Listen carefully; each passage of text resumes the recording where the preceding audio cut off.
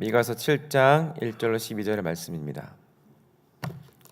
우리 한 목소리로 12절까지 함께 봉독하도록 하겠습니다. 재앙이로다 나여 나는 여름 과일을 딴 후와 포도를 거둔 후 같아서 먹을 포도송이가 없으며 내 마음에 사모하는 처음 익은 무화과가 없도다. 경건한 자가 세상에서 끊어졌고 정직한 자가 사람들 가운데 없도다. 무리가 다 피를 흘리려고 매복하며 각기 그물로 형제를 잡으려 하고 두 손으로 악을 부지런히 행하는도다. 그 지도자와 재판관은 뇌물을 구하며 권세자는 자기 마음의 욕심을 말하며 그들이 서로 결합하니 그들의 가장 선한 자라도 가시 같고 가장 정직한 자라도 찔레 울타리보다 더하도다. 그들의 파수꾼들의 날 곧 그들 가운데에 형벌의 날이 임하였으니 이제는 그들이 요란하리로다. 너희는 이웃을 믿지 말며 친구를 의지하지 말며 내 이웃에 누운 여인에게라도 내 입의 문을 지킬지어다. 아들이 아버지를 멸시하며 딸이 어머니를 대적하며 며느리가 시어머니를 대적하리니 사람의 원수가 곧 자기의 집안 사람이로다. 오직 나는 여호와를 우러러보며 나를 구원하시는 하나님을 바라보나니 나의 하나님이 나에게 귀를 기울이시리로다. 나의 대적이여 나로 말미암아 기뻐하지 말지어다. 나는 엎드러질지라도 일어날 것이요 어두운 데에 앉을지라도 여호와께서 나의 빛이 되실 것이미로다. 내가 여호와께 범죄하였으니 그의 진노를 당하려니와 마침내 주께서 나를 위하여 논쟁하시고 심판하시며 주께서 나를 인도하사 광명에 이르게 하시리니 내가 그의 공의를 보리로다. 나의 대적이 이것을 보고 부끄러워하리니 그는 전에 내게 말하기를 내 하나님 여호와가 어디 있느냐 하던 자라. 그가 거리에 진흙같이 밟히리니 그것을 내가 보리로다. 내 성벽을 건축하는 날 곧 그날에는 지경이 넓혀질 것이라. 그날에는 아수르에서 애굽 성읍들에까지 애굽에서 강까지 이 바다에서 저 바다까지 이 산에서 저 산까지의 사람들이 내게로 돌아올 것이나 그 땅은 그 주민의 행위의 열매로 말미암아 황폐하리로다. 아멘. 미가 선지자의 기록입니다. 미가 선지자의 이름은 여호와 같은 이가 누구냐라는 뜻을 가지고 있습니다. 여호와 이외에 다른 이가 없다라고 하는 뜻을 가지고 있는 것이죠. 이 미가서의 이 7장의 이제 마지막 예언은 현실적인 문제인 우상숭배, 그 당시에 만연했던 우상숭배와 또 그들의 사회 부패가 만연했던 것들을 지적하고 있습니다. 이 모든 문제들, 이들이 가지고 있는 개인적인 그리고 사회적인 문제의 근원이 무엇이냐, 무엇 때문에 이러한 하나님 앞에 나아가지 아니하고 범죄하고 또 부패하였느냐라고 한다면 아마도 이들이 사회적으로 가지고 있었던 불안함 때문이었을 것입니다. 그리고 알 수 없는 미래에 대한 조급함이 이들의 하나님께로 나가지 않고 또 다른 것들을 선택하게 된 요인이었을 것이다라고 봅니다. 이유는 그때 그 당시에 이제 북이스라엘이 이미 망하고 이제 남유다만 남은 상황이었기 때문입니다. 그리고 아시리아 군대에 둘러싸여서 굉장히 공포가 만연했던 때였습니다. 그래서 사람들의 눈에는 보이지 아니하시는 하나님 대신에 그들의 눈에 보이는 돈이나 그들을 지켜줄 것만 같은 눈에 보이는 우상들을 따랐을 것입니다.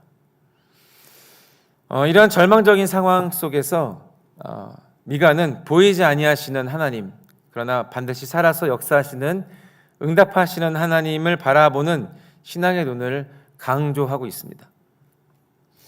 눈에 보이는 것 중에 의지할 것이 없을 때, 붙잡을 만한 것이 보이지 않을 때, 그리고 물질적으로, 정신적으로 피폐해졌을 때 비로소 우리는 영적인 눈을 열어서 소망을 가질 수 있는지 질문을 하게 됩니다. 지금도 마찬가지인 것 같습니다. 우리의 그 신앙생활 속에서 비록 눈에 보이지 않고 손에 잡히지 않으시는, 그러나 반드시 살아계시고 또 우리 가운데 역사하시는 하나님을 붙들 것인가, 아니면 우리 눈에 보이는 내가 손에 잡힐 것 같은 의지할 만한 다른 것들을 내가 의지하고 붙잡고 가고 있는가, 여전히 우리 가운데 던지는 질문이라고, 미가가 던지는 질문처럼 저희에게도 던지는 질문입니다. 히브리서 말씀과 같이 믿음이 없이는 하나님을 기쁘시게 하지 못하나니 하나님께 나아가는 자는 반드시 그가 계신 것과 또한 그가 자기를 찾는 자들에게 상 주시는 이심을 믿어야 할지니라 라고 말씀하고 있는 것을 우리는 기억해야 할 것입니다. 하나님께서는 우리에게 믿음을 요구하십니다. 할렐루야. 그 믿음을 요구하시는 것은 어떤 종교적인 행위로서의 믿음뿐만 아니라 모든 것에 하나님께서는 믿음으로 나아오기를 우리에게 요구하고 계십니다. 그래서 심지어 로마서에는 믿음으로 하지 않는 모든 것이 다 죄니라 라고 선언해주고 있습니다. 믿음으로 행하는 것은 하나님께 기쁨이 됩니다.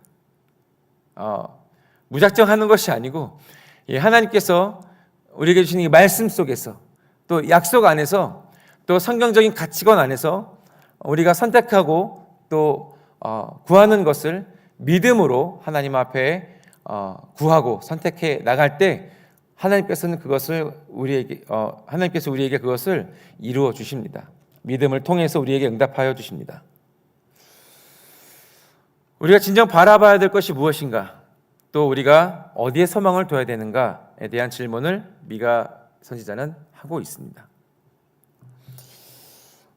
미가서 7장은 첫 시작은 이렇게 시작합니다. 재앙이로다 나여 라고 시작합니다. 이것은 탄식입니다. 슬픔과 안타까움을 표현한 것입니다. 이 미가의 탄식 속에서 그려지는 당시 이스라엘의 모습을 비추어 볼 수가 있습니다. 어둡습니다. 탄식에 나올 만큼 답답합니다. 마치 답이 없어서 그 해결책이 없는 것처럼 그 안에 너무나도 어려운 마음을 가지고 있는 것입니다.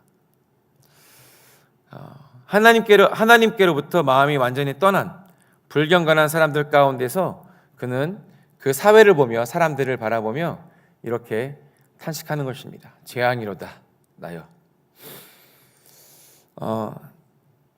1절 다시 한번 제가 읽어보면 재앙이로다 나여 나는 여름 과일을 딴 후와 포도를 거둔 후 같아서 먹을 포도송이가 없으며 내 마음에 사모하는 처음 익은 무화과가 없도다. 허무함을 표현하고 있습니다. 여기 여름 과일이라고 하는 이 단어는 아모스서에서도 동일하게 등장하는 단어입니다.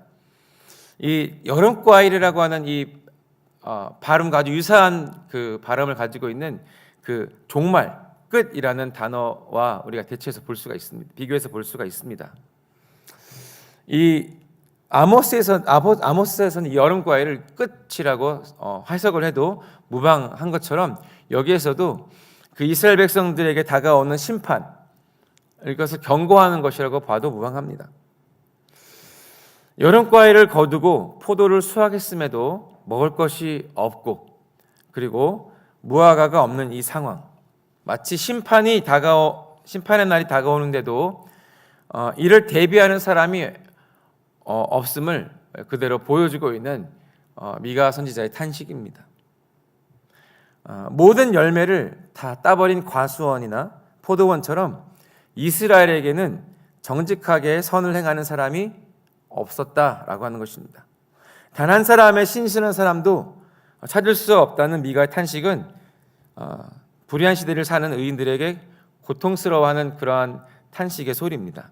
2절에서 그렇게 말하고 있죠. 2절입니다. 경건한 자가 세상에서 끊어졌고 정직한 자가 사람들 가운데 없도다. 무리가 다 피를 흘리려고 매복하며 각기 그물로 형제를 잡으려 하고. 네, 경건한 자가 세상에서 끊어졌다. 정직한 자가 없다라고 하는 상황에서 많은 사람들은 서로를 해치려고 하고 또 서로를 잡으려고 그물을 놓는다라고 말하고 있습니다. 3절과 4절입니다. 3절과 4절은 지도자들의 타락을 이제 말하고 있어요. 함께 3절과 4절을 함께 읽겠습니다. 시작. 두 손으로 악을 부지런히 행하는도다. 그 지도자와 재판관은 뇌물을 구하며 권세자는 자기 마음의 욕심을 말하며 그들이 서로 결합하니 그들이 가장 선한 자라도 가시 같고 가장 정직한 자라도 찔레 울타리보다 더하도다. 그들의 파수꾼의 날 곧 그들 가운데에 형벌의 날이 임하였으니 이제는 그들이 요란하리로다. 이 지도자와 재판관들은 뇌물을 구합니다. 권력자들은 자기의 욕심을 채우려고 서로 결탁합니다. 이것은 세상을 망가뜨리는 길입니다. 그들 가운데 가장 선한 마음, 선한 양심을 가지고 있는 자라 할지라도 마치 가시 같다라고 말합니다. 가시는 아무리 접근해도 찔러버리고 상처를 내기 마련입니다. 그리고 그들 가운데 가장 정직하다라고 하는 사람이랄지라도 찔레 울타리 같다라고 말하는 것은 믿을 만한 사람이 없다라고 하는 것을 말하고 있습니다. 그것은 가장 선한 사람도 가장 정직한 사람도 타락했음을 보여주는 것처럼 총체적으로 이 권력층들이 타락했음을 의미하고 있습니다. 선지자를 보내시고 파수꾼들을 세우셔서 심판의 날이 온다라고 하는 것을 요란하게 외쳐도 왕이라든지 그들의 고관이라든지 백성들은 그들의 하나님의 말씀에 꿈쩍도 하지 않는 모습들을 묘사해주고 있는 것입니다.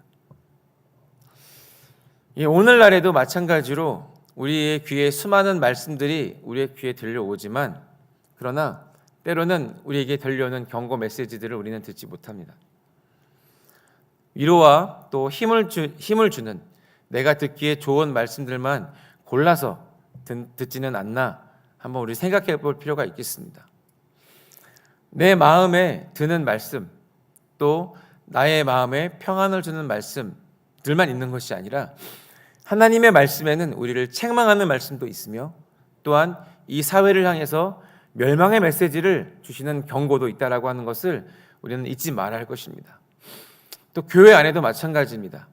우리가 서로를 위해서 위로해주고 세워주고 격려하는 것은 당연한 것이지만 그러나 죄 가운데 있는 형제 자매들을 향해서 그들을 또 꺼내주기 위해서 그들에게 때로는 주님의 말씀으로 훈계하기도 하고 또 교회에서는 그들을 치리하기도 해야 되는 것입니다. 그러나 이러한 모습들이 교회 안에서 점점 사라지고 또 우리 자신도 우리의 입맛에 맞는 말씀들을 골라서 우리가 취향에 따라서 마치 영적인 취향에 있는 것처럼 그것들을 선별하는 것이 지금의 현대의 기독교인들의 모습이 아닌가라는 생각도 해봅니다. 때로는 우리가 듣기 힘든 또 우리의 마음을 불편하게 하는 그러한 말씀, 그것이 하나님의 말씀, 나에게 주시는 말씀이 맞다라고 하는 양심의 소리가 들려온다면 그것을 받아들이고 인정할 수 있는 우리의 그 깊은 신앙이 필요한 것입니다.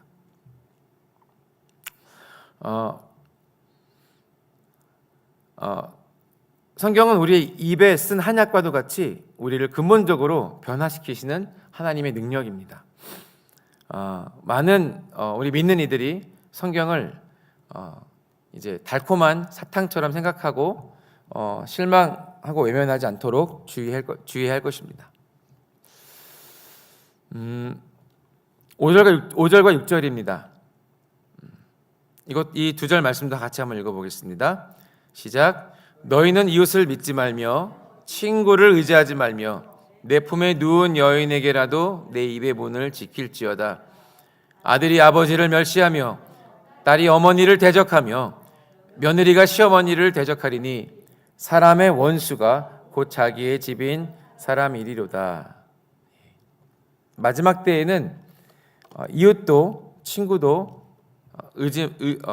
의지하지 말고 믿지 말고 심지어 아내에게도 비밀을 지켜야 되는 비참한 일들이 벌어집니다. 신뢰할 만한 그 신뢰가 깨어진 사회를 이야기하는 것이죠. 그들을 안내할 수 있는 안내자나 또 지도자가 없다라고 하는 의미도 됩니다. 가족들마저도 가장 가까이 지내며 사랑하며 또 가장 친밀하게 도와주는 그러한 가족들 안에서도 때로는 대적하고 등을 돌리고 서로 원수가 되는 불신 사회가 올 것을 미가 선지자는 예언하고 있습니다. 예수님께서도 마가복음 13장에 비슷한 말씀을 하셨습니다. 마지막 때에 이제 가족들 간에 서로를 고발하고 배신하는 것에 대해서 예수님께서도 고스란히 예언하고 계십니다. 신앙 때문에 그들의 우리가 믿는 믿음 때문에 잡혀가는 것과 고문당하는 것, 형제가 형제를 고발하고 아버지가 자식을 죽음에 내어주고 자식들이 부모를 대적하는 일들이 벌어진다라고 하는 것들을 미가 선지자와 또 예수님께서도 그렇게 말씀하셨습니다. 신앙의 배교가 일어나는 것과 또 하나님을 따르는 백성이 세상 권세에 굴복하여서 서로를 내어주는 두려운 세상이 올 것입니다. 우리의 때에 이러한 세상이 마지막 때에 벌어질 이 마지막 때의 이 끔찍한 일들이 일어날지 모르겠습니다. 그러나 마지막 때에는 반드시 일어날 일들이기도 합니다. 그러나 이러한 백성의 죄악들과 또 하나님께로부터 눈을 돌려서 하나님을 의지하지 않는 그러한 시대에 산다 할지라도 그리고 우리가 가장 가까이 지내야 하는 가족들, 지인들에게 등을 돌리며 배교하는 일들이 있다. 많은 이들이 배교하는 일들이 있다 할지라도 우리는 소망을 잃어버리면 안 됩니다. 미가 선지자는 7절에 이렇게 선포하고 있습니다. 오직 나는 여호와를 우러러 보며 나를 구원하시는 하나님을 바라보리니 나의 하나님이 나에게 귀를 기울이시리로다. 아멘. 우리 함께 한 번 더 이 말씀을 읽어볼까요? 7절입니다. 시작. 오직 나는 여호와를 우러러 보며 나를 구원하시는 하나님을 바라보나니 나의 하나님이 나에게 귀를 기울이시리로다. 아멘. 아멘. 이 미가 선지자는 고백하기를 여호와 하나님을 소망 가운데서 우러러 보았다라고 말하고 있습니다. 이 우러러 보았다라고 하는 것은요, 세상은 타락하고 그리고 많은 사람들은 불성실할지라도 자기 자신은 변하지 않겠다라고 하는 강조입니다. 나는 하나님을 우러러 보겠다. 나는 변하지 않겠다. 나의 믿음을 세상에 타협하지 않겠다라고 하는 강조입니다. 구원하시는 하나님을 나는 바라보겠다라고 하는 이 두 번째 고백은 주님을 기다린다라고 하는 뜻입니다. 하나님을 바라보며 하나님의 응답이 내게 임하실 때까지 나는 믿음을 지키며 그 믿음을 주님 앞에 고백하면서 기다리겠다라고 하는 그러한 고백입니다. 여러분, 기다리는 것도 믿음입니다. 하나님의 응답이 더디올지라도 우리가 믿음 위에 굳게 서서 하나님께서 내게 확실하게 응답을 주실 때까지 그 자리를 지키는 것은 믿음입니다. 이 하나님을 바라본다. 그리고 시편이나 이사야서에 나와 있는 것처럼 여호와를 앙망한다라고 하는 이 내용들은 다 믿음에 관한 것입니다. 여기 우러러 본다. 내가 나의 믿음을 타협하지 않고 변개하지 않겠다라고 하는 것도 믿음의 고백이고, 내가 하나님을 기다리며 앙망하며 바라보겠다라고 하는 것 또한 믿음의 고백입니다. 하나님의 응답이 더디올지라도 그 믿음의 자리에 서 있는 것, 이것은 대단한 믿음입니다. 세 번째로 미가 선지자는 나의 하나님이 나에게 귀를 기울이시리로다라고 고백합니다. 나의 말을 들으시리다라고 말하는 것입니다. 이것은 낙심하고 불평할 수 있는 그런 상황에 분명히 있지만, 그러나 그 대신에 나는 기도하겠다라고 하는 고백입니다. 그리고 그 기도하겠다라고 하는 고백에 기저에 깔려 있는 그의 믿음은 하나님께서는 나의 기도를 반드시 들으신다, 나의 기도에 응답하신다라고 하는 확신이 포함되어져 있는 그러한 고백입니다. 우리가 기도할 때, 우리가 기도의 자리로 나아갈 때 여전히 믿음이 필요합니다. 기도는 단순히 우리 안에 응어리진 것들을 하나님 앞에 쏟아내는 것뿐만 아니라, 또 우리의 소원을 주님 앞에 말씀드리는 것뿐만 아니라, 또 문제나 여러 가지 상황들에 중보하는 것을 우리가 주님 앞에 가지고 나아가는 그 모든 것의 뿌리에는 믿음이 있어야 됩니다. 하나님께서 반드시 나의 기도를 들으신다, 나의 기도에 응답하실 것이다 라고 하는 믿음이 있어야 합니다.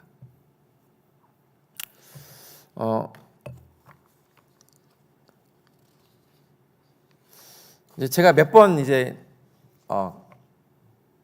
나눴던 내용인데, 저희 이제 둘째가 아들인데, 제 아들이 이제 장난감을 이제 어렸을 때 이제 해외에서 오는 장난감을 이제 사달라고 이제 졸라가지고 제가 한번 사준 적이 있습니다. 이제 인터넷으로 이제 사줬는데, 그 인터넷에 이제 구매 버튼을 딱 누르는 걸 아들이 봤어요.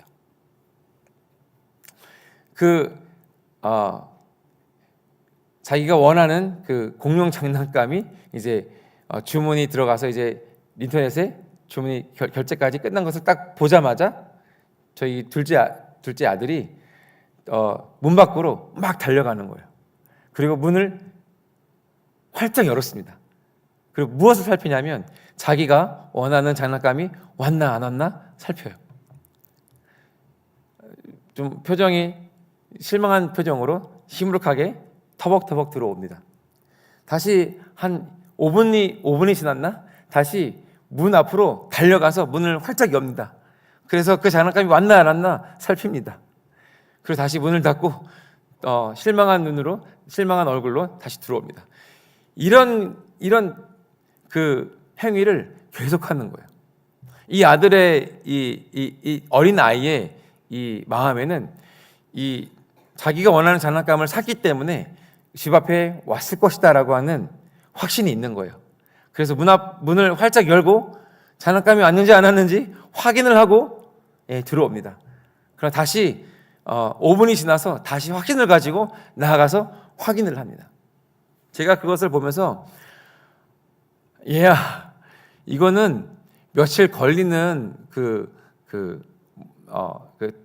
이제 해외에서 오는 그런 제품이었기 때문에 며칠 걸리니까 지금 오지 않으니까 나중에 도착하면 내가 알려줄게 라고 타일러도 이 아들이 그 마음 가운데 그 장난감을 갖고 싶은 마음에, 혹은 그 장난감이 이미 와 있다라고 하는 그 생각 때문에 계속 문을 열었다 닫았다 열었다 닫았다 하는 겁니다. 제가 그 참 어린 아이의 그 행위를 보면서 제가 문득 믿음이라는 건 이런 것이구나 라는 걸 깨달았습니다. 물론 사실 실제적으로 그 택배 물건은 그 당시 오지는 않습니다만, 제가 하나님 앞에 이 아이의 모습을 봤을 때, 제 모습을 비춰봤을 때 나는 저런 믿음이 있는가라고 하는 것을 한번 점검해 봤습니다. 내가 기도하고 내가 하나님 앞에 구한 것이 응답될 것인가, 응답되지 않을 것인가 라고 하는 염려와 근심과 불신앙이 어느 순간 내 안에 있다라고 하는 것을 깨닫게 되었습니다. 성경에서 수많은 구절, 수많은 믿음의 선진들이 기도한 것은 받은 줄로 믿는 믿음이 있었습니다. 예수님께서도 하나님의 믿음을 가지라라고 말씀하시면서 이 산들어 들리어 바다에 던져지라 하며 그 말한 것이 이루어질 줄 믿고 마음에 의심하지 아니하면 그대로 되리라 라고 말씀하시면서, 기도한 것은 의심하지 말고 받은 줄로 믿으라 라고 제자들에게 말씀하셨어요. 받은 줄로 아는 믿음이 내 안에 있는가? 나는 기도할 때 받을 것이라고 하는, 응답받을 것이라고 하는 믿음으로 기도하고 있는가? 라고 하는 것을 그때 한번 생각해 봤습니다. 동일합니다. 우리가 하나님 앞에 기도하러 나왔고 이 아침에도 이 새벽에도 하나님의 응답을 기대하면서 나왔는데 정말 그 믿음이 있는가? 내가 기도할 때 나의 기도에 확신이 있는가? 하나님께서 반드시 들으시고 응답해 주실 것이라고 하는 그런 믿음을 가지고 내가 기도하고 있는가? 한번 살펴보는 그런 아침이 되었으면 좋겠습니다. 수많은 믿음의 선지들, 특별히 시편 기자들은 이러한 믿음이 있었습니다. 7절 읽어보면 오직 나는 여호와를 우러러보며 나를 구원하시는 하나님을 바라보나니 나의 하나님이 나에게 귀를 기울이시리로다 라는 이 고백은 수많은 시편 기자들의 고백과 일치합니다. 이것은 시편적 사고로부터 나오는 그러한 믿는 자들의 태도입니다. 믿음입니다. 육신으로 볼 때는, 육신의 눈으로 볼 때는 아무것도 이루어지지 않는 것 같은, 때로는 낙심하고 넘어질 만한 상황 속에 있지만, 그러나 그 육의 눈이 영의 눈으로 바뀌어서 믿음의 눈을 통해서 그 너머에서 역사하시는 하나님을 바라보게 되는 것, 그 하나님을 바라봄으로 인해서 믿음의 고백을, 믿음의 찬양을 하게 되는 그 패턴이 시편에 나와 있는 시편적 사고의 패턴입니다. 우리는 성경에서 많은 부분, 아주 다양한 곳에서 이러한 모습을 보게 됩니다. 구약의 엘리사의 그 장면을 하나 보겠습니다. 열왕기하 6장 15절로 17절인데 이스라엘과 그 아람 과의 그 전쟁 가운데 엘리사가 아람 군대가 어떻게 공격해 오는지, 어떤 전략을 짜고 이스라엘을 공격해 오는지를 엘리사가 하나님의 계시를 받아서 다 알려주는 거예요. 그래서 아람 왕이 도대체 어떻게 이런 일이 있을 수 있느냐 한번 알아봐라. 그때 엘리사가 이 일을 행한다라고 하는 것들에 대해서 정보를 얻게 됩니다. 그래서 아람 군대를 파병해서 엘리사를 처리하기 위해서 군대를 보냈습니다. 당시에 있던 그러한 상황입니다. 15절 하나님의 사람의 사환이 일찍 일어나서 나가보니 군사와 말과 병거가 성읍을 에워쌌는지라. 아람 군대가 둘러쌌습니다. 그의 사환이 엘리사에게 말하되 내 주여 우리가 어찌하리까 하니 대답하되 두려워하지 말라.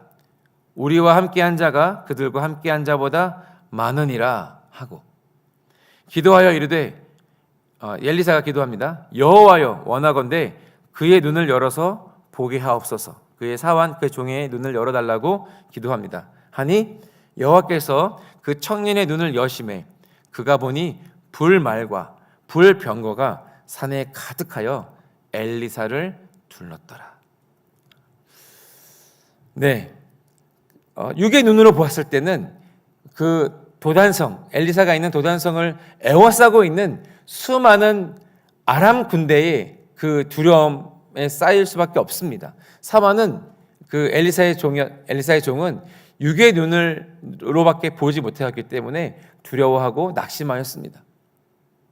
그러나 엘리사는 그 육의 눈 너머에 있는 믿음의 눈으로, 영의 눈으로 불말과 불병거를 보았던 것이고 그의 종에게 그 영의 눈을 열어서, 믿음의 눈을 열어서 그것을 보게 하였습니다. 믿음의 사람은 육의 눈으로 보는, 눈에 보이는, 손에 잡히는 것만 보는 것이 아니고 그 너머에 계시는 모든 것에 역사하시는 하나님의 손길을 보는 자들입니다. 시편의 말씀들을 쭉 읽어보겠는데요. 시편 22편 24절입니다. 함께 읽겠습니다. 그는 곤고한 자의 곤고를 멸시하거나 싫어하지 아니하시며 그의 얼굴을 그에게 숨기지 아니하시고 그가 울부짖을 때에 들으셨도다. 아멘. 하나님께서는 곤고한 자의 곤고를 멸시하거나 싫어하지 아니하십니다. 오히려 그 어려움에 처한 자에게 하나님께서는 얼굴을 드러내시고 그가 울부짖을 때, 그가 기도하며 주님 앞에 나아갈 때, 몸부림칠 때 그의 기도를 들으신다라고 말씀하고 있습니다. 동일하게 시편 31편 22절 함께 읽겠습니다. 내가 놀라서 말하기를 주의 목전에서 끊어졌다 하였사오나 내가 주께 부르짖을 때에 주께서 나의 간구하는 소리를 들으셨나이다. 아멘. 네, 하나님께서 나를 외면하시고 내가 주님께로부터 내가 끊어졌나? 라고 하는 그러한 의심과 그의 심령 가운데 어려움이 찾아왔지만, 그러나 그는 물러서지 아니하고 하나님 앞에 부르짖어 기도했습니다. 그러할 때 하나님께서 그 간구하는 소리를 들으셨다라고 시편 기자는 선언해주고 있습니다. 시편의 말씀 한 편을 더 보겠습니다. 42편 11절 함께 읽겠습니다. 내가 여호와를 기다리고 내 영혼아, 시작. 내 영혼아, 내가 어찌하여 낙심하며 어찌하여 내 속에서 불안해하는가? 너는 하나님께 소망을 두라. 나는 그가 나타나 도우심으로 말미암아 내 하나님을 여전히 찬송하리로다. 아멘. 우리가 읽은 이 시편의 말씀들은 동일한 정신을 가지고 동일한 믿음으로 계속해서 우리에게 말해주고 있습니다. 내 영혼아, 내가 어찌하여 낙심하며 내가 어찌하여 내 속에서 불안해하는가? 왜 낙심하고 왜 불안해하는가? 너는 하나님께 소망을 두라. 나는 그가 나타나 도우심으로 말미암아 내 하나님을 여전히 찬송하리로다 라고 다윗이 고백하고 있는 것입니다. 이것이 시편적 사고입니다. 물론 현실적인 문제가 맞습니다. 나를 어렵게 만들고 불편하게 하고 또한 초조하게 만들고 또 쫓기는 마음에, 조급한 마음에 내가 그 상황에서 어려움을 당하는 것은 그것이 없어지는 것이 아니고 그것이 그 현실이 내게 그대로 있는 것은 맞습니다만, 그러나 그 속사람 안에서, 그의 심령 안에서, 그의 믿음 안에서 무엇을 바라보고 무엇을 의지하고 있는가, 누구를 의지하는가, 이것에 대한 문제를 말하고 있는 것입니다. 예레미야 29장 12절로 14절 제가 읽어보도록 하겠습니다. 너희가 내게 부르짖으며 내게 와서 기도하면 내가 너희들의 기도를 들을 것이요 너희가 온 마음으로 나를 구하면 나를 찾을 것이요 나를 만나리라. 이것은 여호와의 말씀이니라. 나는 너희들을 만날 것이며 너희를 포로된 중에서 다시 돌아오게 하되 내가 쫓아보내었던 나라들과 모든 곳에서 모아 사로잡혀 떠났던 그곳으로 돌아오게 하리라. 이것은 여호와의 말씀이니라. 아멘. 하나님께서는 계속해서 시편 기자들을 통해서, 또 우리가 읽었던 미가서의 본문을 통해서, 그리고 방금 읽었던 예레미야 선지자를 통해서 반복해서 거듭 말씀하고 있습니다. 하나님께 나와서 하나님께서 주신 믿음 안에서 부르짖어라, 기도하라. 하나님께서 반드시 들으신다. 하나님께서 응답하시고 하나님께서 기회를 내시고 하나님께서 간섭하시고 역사하신다라고 하는 말씀을 우리에게 거듭 말씀하고 있습니다. 하나님께서 기도하라, 부르짖어라 라고 말씀하시는 것은 주님께서 기도를 들으시겠다라고 하는 것에 대한 의미가 담겨져 있습니다. 믿음으로 기도해라 라고 하는 것은 하나님께서 그 믿음을 사용하시겠다라고 하는 것을 내포하고 있는 내용입니다. 하나님께서는 우리의 기도를 들으시는 것을 기뻐하시고 우리의 곤고하고 우리의 상한 심령으로 하나님 앞에 나아갈 때 하나님께서는 우리의 상황과 우리의 중심을 멸시하지 아니하시는 분이시라는 것을 우리는 이 아침에 다시 한번 기억했으면 좋겠습니다.